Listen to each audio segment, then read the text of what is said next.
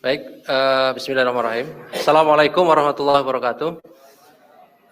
Selamat pagi rekan-rekan semuanya yang masih tetap semangat pada pagi hari ini.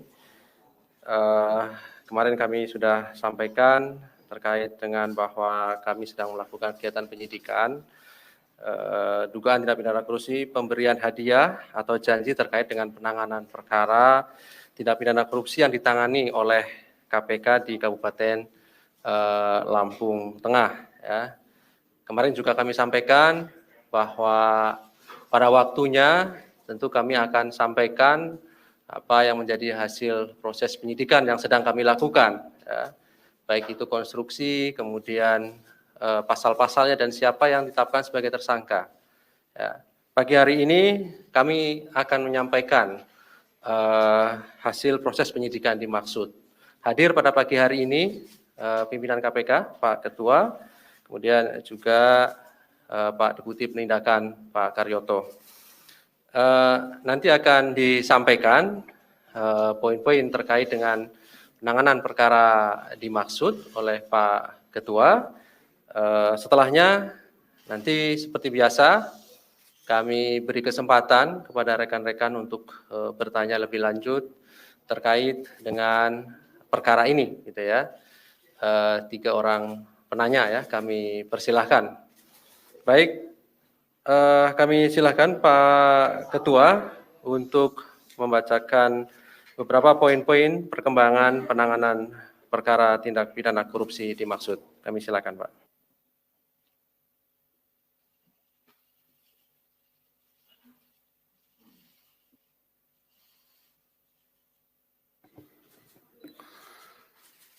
Bismillahirrahmanirrahim. Assalamualaikum warahmatullahi wabarakatuh. Selamat pagi dan salam sejahtera untuk kita sekalian. Om Swastiastu, Salam, Namo Buddhaya, Salam Kebajikan. Yang saya hormati rekan-rekan media, wartawan, jurnalis, dan segenap anak bangsa dimanapun berada.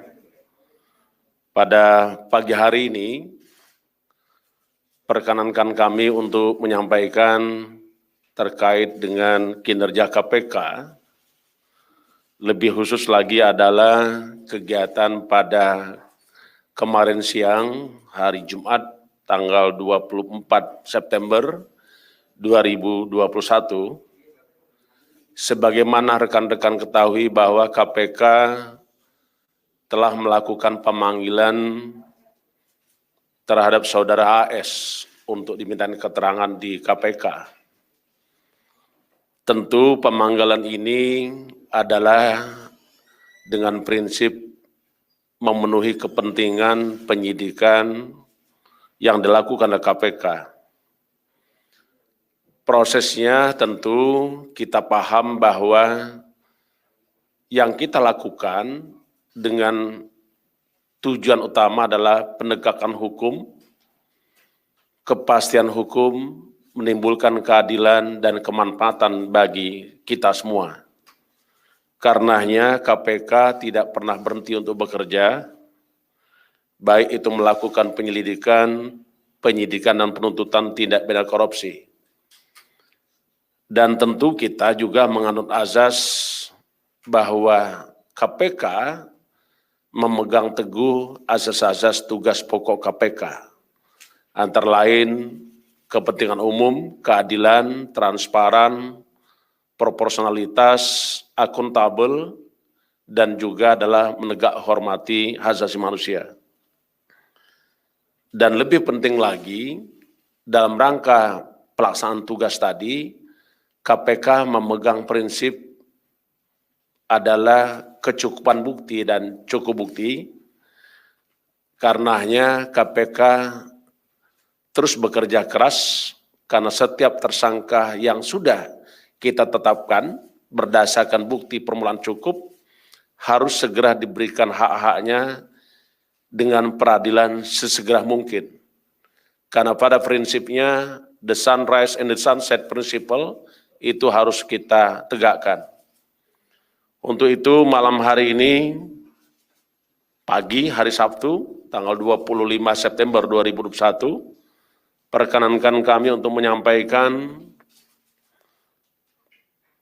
satu perkara yang ditangani oleh KPK terkait dengan dugaan tindak pidana korupsi berupa pemberian hadiah atau janji yang dilakukan oleh KPK terhadap tindak pidana korupsi yang terjadi di Kabupaten Lampung Tengah.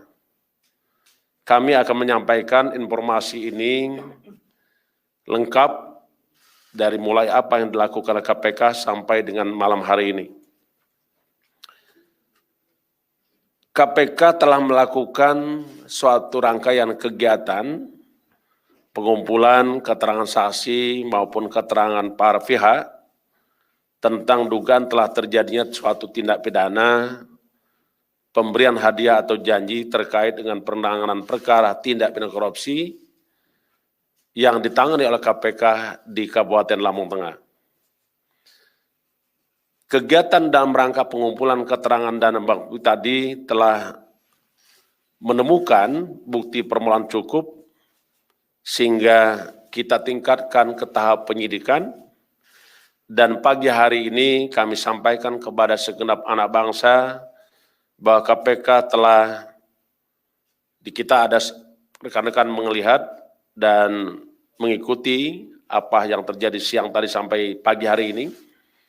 Saudara AZ, Wakil Ketua DPR RI periode 2019-2024 sebagai tersangka terkait dengan dugaan tindak pidana korupsi, pemberian hadiah atau janji dalam penanganan perkara tindak pidana korupsi yang ditangani oleh KPK di Kabupaten Lampung Tengah.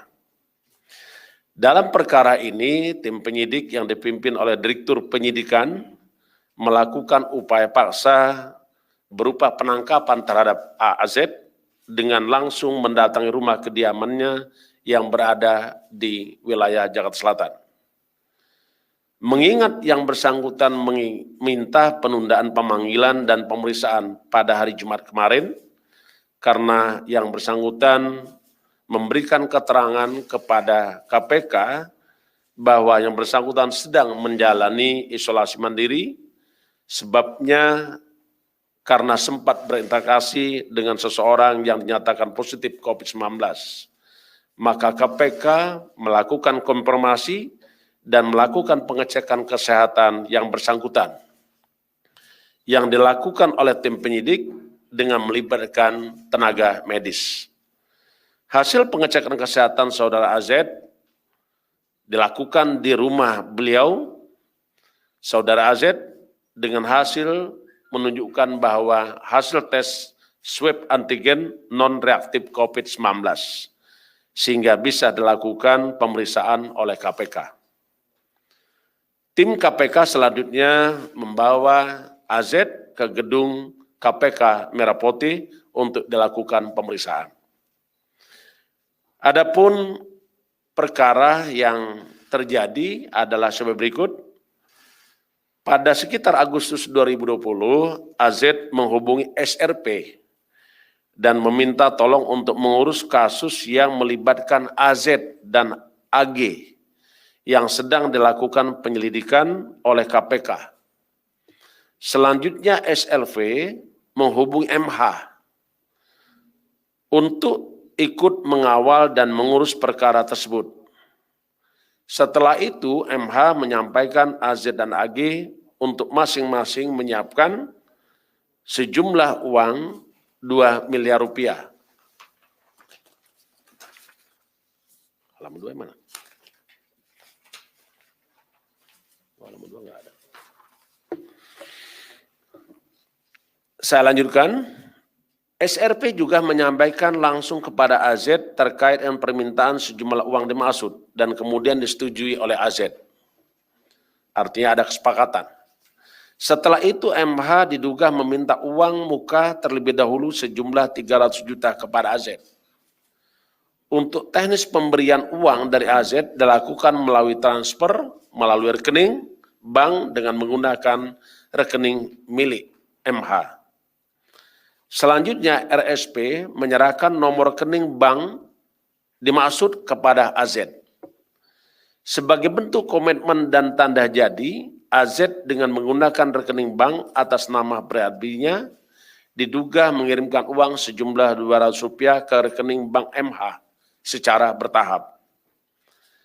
Masih pada bulan Agustus 2020, SRP juga diduga datang menemui AZ di rumah dinasnya di Jakarta Selatan untuk kembali menerima uang secara bertahap dan diberikan oleh AZ sebanyak 3 kali. Pertama 100 US dollar. Ulangi, 100.000 US dollar. Kedua 17.600 Singapura dolar. Yang ketiga adalah 140.500 Singapura dolar. Uang-uang dalam bentuk mata uang asing tersebut kemudian ditukarkan oleh SRP dan MH ke salah satu money changer untuk menjadi mata uang rupiah dengan menggunakan identitas pihak lain. Sebagaimana komitmen awal, pemberian uang dari AZ kepada SRP dan MH sebesar 4 miliar rupiah dan telah direalisasikan sejumlah 3 miliar 100 juta rupiah atau 3,1 miliar. Atas perbuatan tersebut, tersangka saudara AZ disangkakan melanggar pasal 5 ayat 1 huruf A atau pasal 5 ayat 1 huruf B atau pasal 13 Undang-Undang Republik Indonesia Nomor 31 Tahun 1999 tentang pemberantasan tindak pidana korupsi, sebagaimana telah diubah dengan Undang-Undang Republik Indonesia Nomor 20 Tahun 2001 tentang perubahan atas Undang-Undang 31 Tahun 99 tentang pemberantasan tindak pidana korupsi. Setelah penyidik memeriksa para saksi, kurang lebih ada 20 orang saksi, dan dikuatkan dengan alat bukti, maka tim penyidik melakukan penahanan kepada tersangka selama 20 hari pertama, terhitung mulai tanggal 24 September 2001 sampai dengan 13 November 2021 di Rumah Tahanan Negara Polres Jakarta Selatan. Sebagai langkah antisipasi, karena kita memahami saat ini kita masih prihatin dengan COVID-19, maka tersangka akan dilakukan isolasi mandiri selama 14 hari di rutan dimaksud. Kami, tentu kita semua, segenap anak bangsa, sangat menyayangkan perbuatan para pelaku korupsi, termasuk yang dilakukan oleh AZ. Karena sesungguhnya sebagai penyelenggara negara dan wakil rakyat yang telah menerima kepercayaan oleh rakyat, tidak semestinya melakukan perbuatan tersebut. Dan selayaknya menjadi contoh kita semua untuk dharma bakti kita, karya kita kepada bangsa negara, dan juga pengabdian kita kepada Ibu Pertiwi untuk terus menghindari praktek-praktek korupsi, dan tentu kita punya mimpi Indonesia bebas dari korupsi. KPK dari awal selalu kami sampaikan bahwa KPK tetap berkomitmen melakukan pemberantasan korupsi terhadap siapapun juga, karena prinsip KPK tidak pernah pandang bulu terhadap para pelaku korupsi. Saya kira itu yang kami ingin sampaikan. Terima kasih. Saya akhiri. Wassalamualaikum warahmatullahi wabarakatuh. Om Santi, Santi, Santi Om. Baik, terima kasih Pak Ketua yang telah membacakan terkait dengan poin perkembangan pengumuman dan penahanan tersangka dimaksud. Berikutnya kami silahkan satu, sudah, ya, oke, 2, 3, nanti kalau berikutnya ya Mbak. Silakan di sebelah kanan saya dulu ya.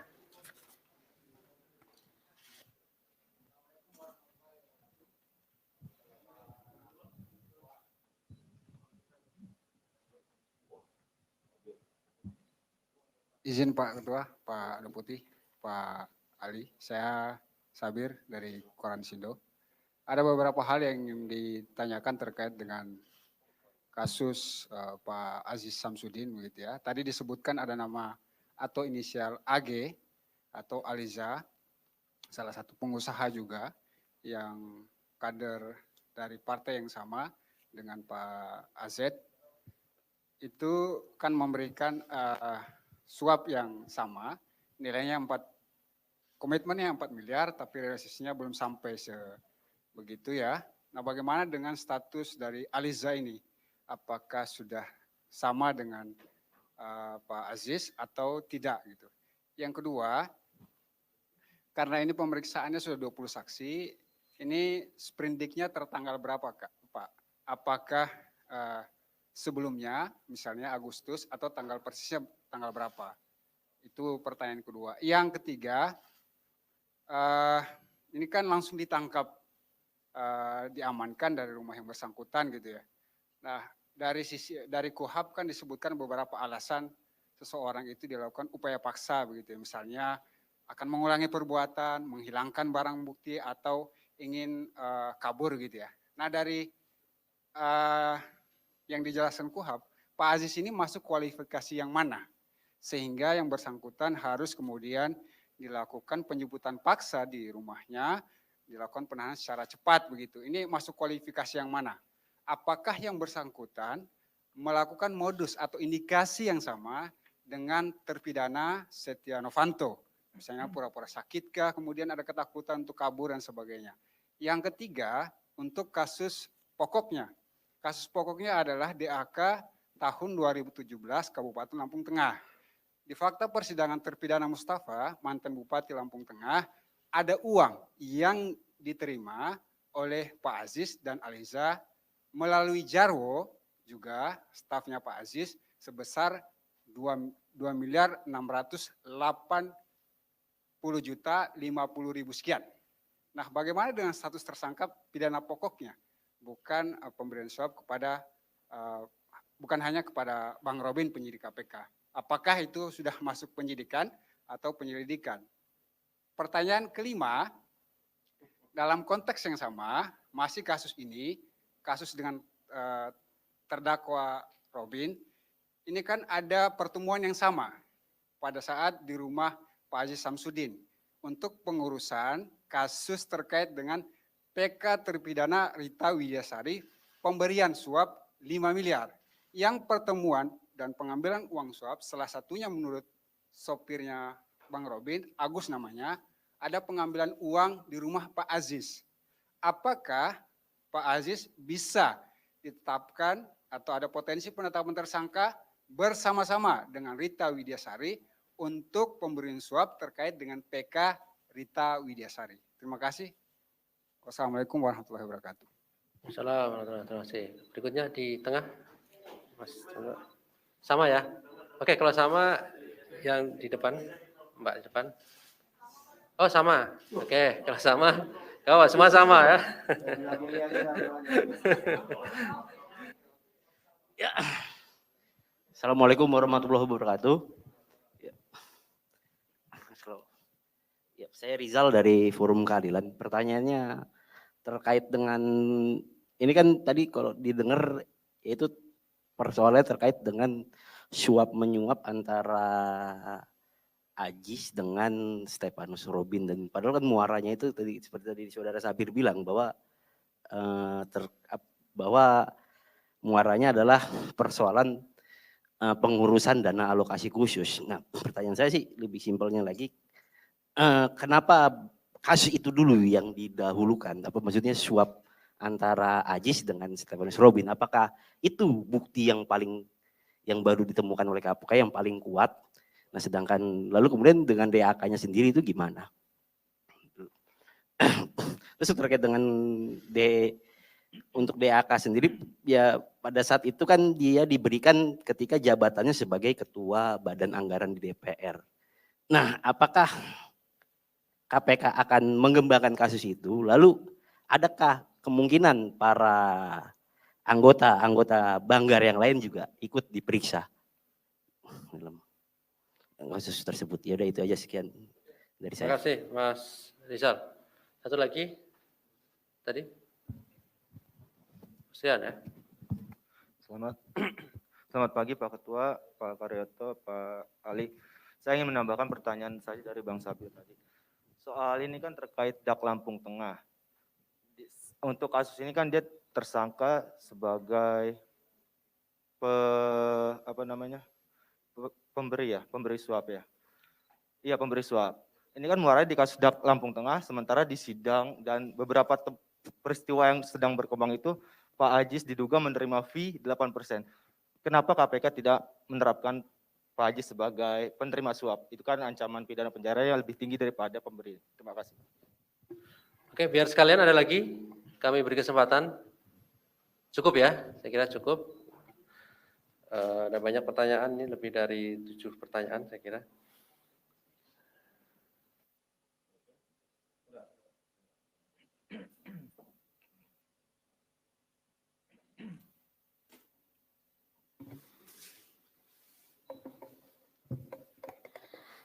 Baik, kita terima kasih kepada rekan-rekan semua yang sudah memberikan respon. Ada 3 orang, ini membuktikan bahwa rekan-rekan betul-betul memberikan perhatian atas kecintaan dan kepedulian kepada KPK. Untuk itu KPK menyampaikan terima kasih kepada rekan-rekan media, termasuk juga seluruh anak bangsa dimanapun berada.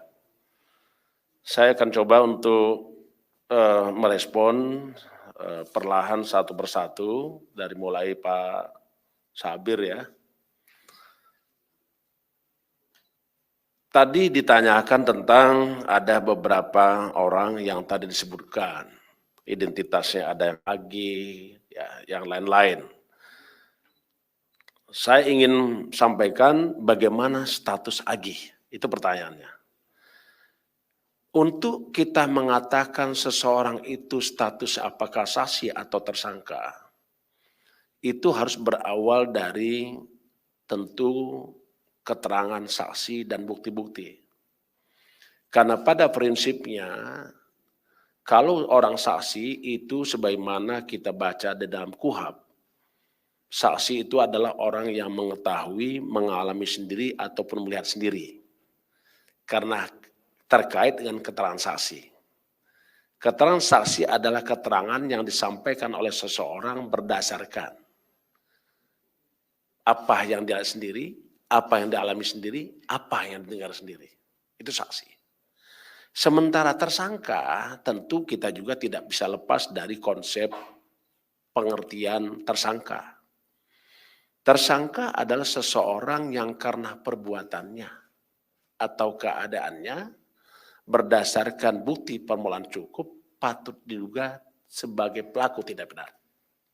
Nah, karenanya untuk kita menetapkan atau menyatakan seseorang sebagai tersangka harus lengkapi dulu dengan bukti-bukti itu. Karenanya KPK tetap melanjutkan penyelidikan dan penyidikan. Nanti kalau seandainya ditemukan keterangan-keterangan dan bukti-bukti sehingga bisa membuat terang suatu perkara dan kita menemukan tersangka lain, ya kita jadikan tersangka juga. Itu ya Pak Sabir ya. Yang kedua, mungkin apa yang ditanyakan oleh Pak Sabir itu adalah terkait dengan penahanan. Karena tadi disebutkan kan, apakah takut orang melarikan diri, apakah takut menghilangkan barang bukti, itu adalah syarat-syarat penahanan. Syarat-syarat penahanan itu diatur dalam pasal 20 Undang-Undang Nomor 8 Tahun 81 tentang hukum acara pidana. Di situ disebutkan bahwa syaratnya ada 2. Pertama disebutkan adalah syarat subjektif bahasanya, yaitu ada kekhawatiran penyidik bahwa seseorang akan melarikan diri. Kedua, akan menghilangkan barang bukti. Yang ketiga, mengulangi perbuatan pidana. Itu syarat subjektif. Sementara syarat objektifnya adalah tindak pidana tersebut diancam dengan hukuman 5 tahun atau lebih. Jadi dalam hal ini KPK memandang bahwa syarat-syarat penahanan sudah tercukupi. Saya itu ya Pak Sabir ya. Yang berikutnya tadi ada juga pertanyaan apakah akan ada penyidikan lain. Tentu KPK tidak pernah berhenti terkait dengan upaya-upaya penyidikan dan penyelidikan.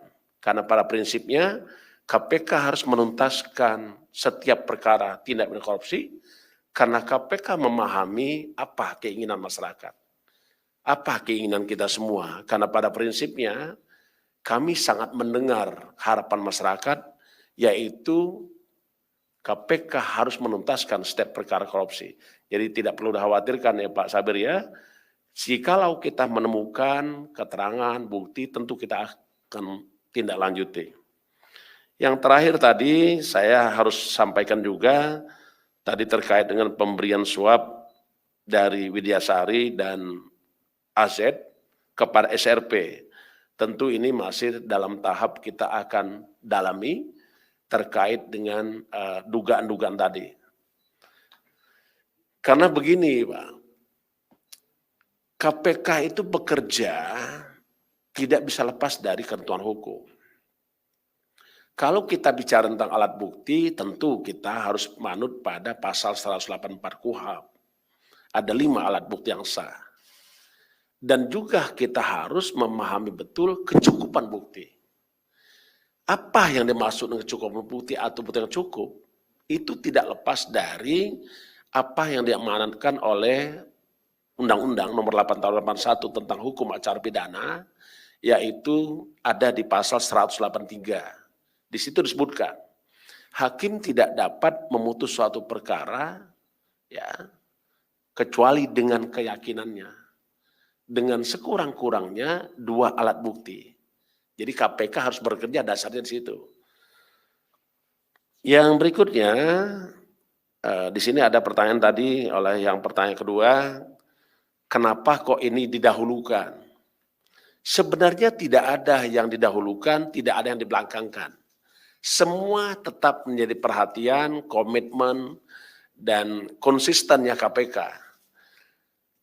Yang hari ini, inilah yang telah memenuhi syarat-syarat tentang tersangka. Saya kira nanti kalau ada lagi seseorang atau orang lain yang memenuhi syarat sebagai tersangka, sebagai yang disebutkan tadi, tersangka adalah seseorang karena perbuatan dan keadaannya tadi. Saya kira itu ya, berdasarkan bukti pemulaan cukup, patut diduga sebagai pelaku tindak pidana. Itu tidak lepas dari itu. Yang berikutnya, ada juga yang bertanya, walaupun di konteks lain, tetapi mungkin kawan-kawan melihat ada hubungan terkait dengan apakah kemungkinan KPK akan melakukan penyidikan terhadap panitia badan anggaran yang lain. Tadi ada yang bertanya begitu ya? Betul nggak pertanyaannya? Ya. Saya tidak pernah membatasi siapa saja. Hal yang paling penting itu kembali lagi kepada apa arti penyidikan. Penyidikan adalah serangkaian tindakan penyidik berdasarkan undang-undang dan rangka mengumpulkan, mencari keterangan dan bukti-bukti. Dan dengan bukti-bukti itu membuat terangnya perkara, suatu peristiwa pidana, dan kita temukan tersangka. Setelah kita lakukan itu bisa saja terjadi nanti. Ya, jadi saya kira itu Mas ya. Ya. Cukup ya? Oke. Terima kasih.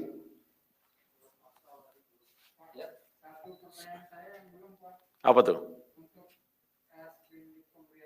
Oh ya.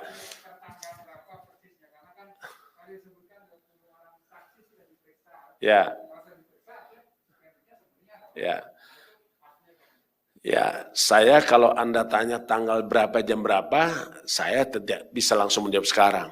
Itu harus buka berkas dulu. Tapi yang pasti, tidak ada pekerjaan KPK tanpa dasar hukum. Dia melakukan penyelidikan, pasti ada surat perintah penyelidikan. Seketika KPK menaikkan suatu perkara menjadi penyidikan, pasti ada dasar hukum. Karena penyelidikan dan penyidikan memang berbeda konsepnya. Penyelidikan adalah serangkaian tindakan dilakukan oleh penyelidik, menemukan suatu peristiwa dan menentukan dapat atau tidaknya dilakukan penyidikan. Setelah bisa dilakukan penyidikan, kita pasti terbitkan surat perintah penyidikan. Jadi itu mungkin bisa tanya langsung dengan Pak Deputi atau penyidiknya ya. Oke. Tapi yang jelas pasti ada dasar hukumnya. Oke, makasih. Baik, terima kasih Pak Ketua, dan saya kira cukup ya rekan-rekan semuanya, sudah terjawab semuanya. Ada lagi? Ada, oke.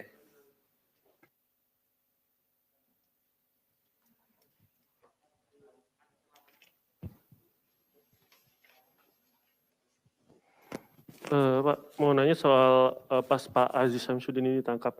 Apakah emang dia mencoba melawan atau pasrah aja ditangkap gitu, Pak? Nah, ya perlawanan atau mencoba melarikan diri saat dibawa paksa ke sini, dijemput paksa ke sini gitu. Terus yang kedua, menyambung tadi pertanyaan Mas Sabir, kalau nama Aziz Samsudin ini membantu 3 kasus sebelumnya. Yang pertama Syahrial, terus ada di kasus yang ini Lampung Tengah dan Rita Widiasari. Itu kan 3-tiganya Golkar tuh Pak. Nah apakah emang Aziz Samsudin ini adalah bentengnya Partai Golkar di KPK yang membantu kasus-kasus Partai Golkar agar dibantu oleh dia gitu Pak? Mau tanya itu dulu. Ya, saya hanya respon. Terima kasih atas pertanyaannya. Tapi yang pasti ini kita belum berhenti dan belum selesai. Masih ada hal-hal yang harus kita kerjakan. Apakah nanti ada keterkaitan dengan tersangka lain atau pihak lain, nanti kita akan sampaikan lebih lengkap. Tapi yang jelas malam hari ini kita sampaikan terkait dengan dugaan tindak pidana korupsi dalam rangka pengurusan ya tersangka dugaan tindak korupsi pemberian hadiah atau janji terkait dengan penanganan perkara tindak pidana korupsi yang ditangani oleh KPK. Jadi sudah Mas sampaikan tadi kan ada sekian banyak tadi itu, tapi itu nanti kita akan jawab. Ya, tidak untuk malam ini jawabnya. Oke, makasih. Baik. Ya. Nah, itu begini. Kalau terkait dengan syarat subjektif itu Anda tanya kepada penyidiknya. Jangan tanya sama ketua. Ketua kan nggak ke sana kan? Nah. Yang jelas memenuhi syarat pasal 20 Undang-Undang nomor 8 tahun 81 ya, tentang syarat-syarat penahanan. Oke? Baik rekan-rekan semua. Ya, saya kira cukup ya. Baik, terima kasih. Ya, baik, terima kasih. Baik, terima kasih Pak Ketua, Pak Karyoto, dan rekan-rekan semuanya yang hadir pada pagi hari ini. Assalamualaikum warahmatullahi wabarakatuh.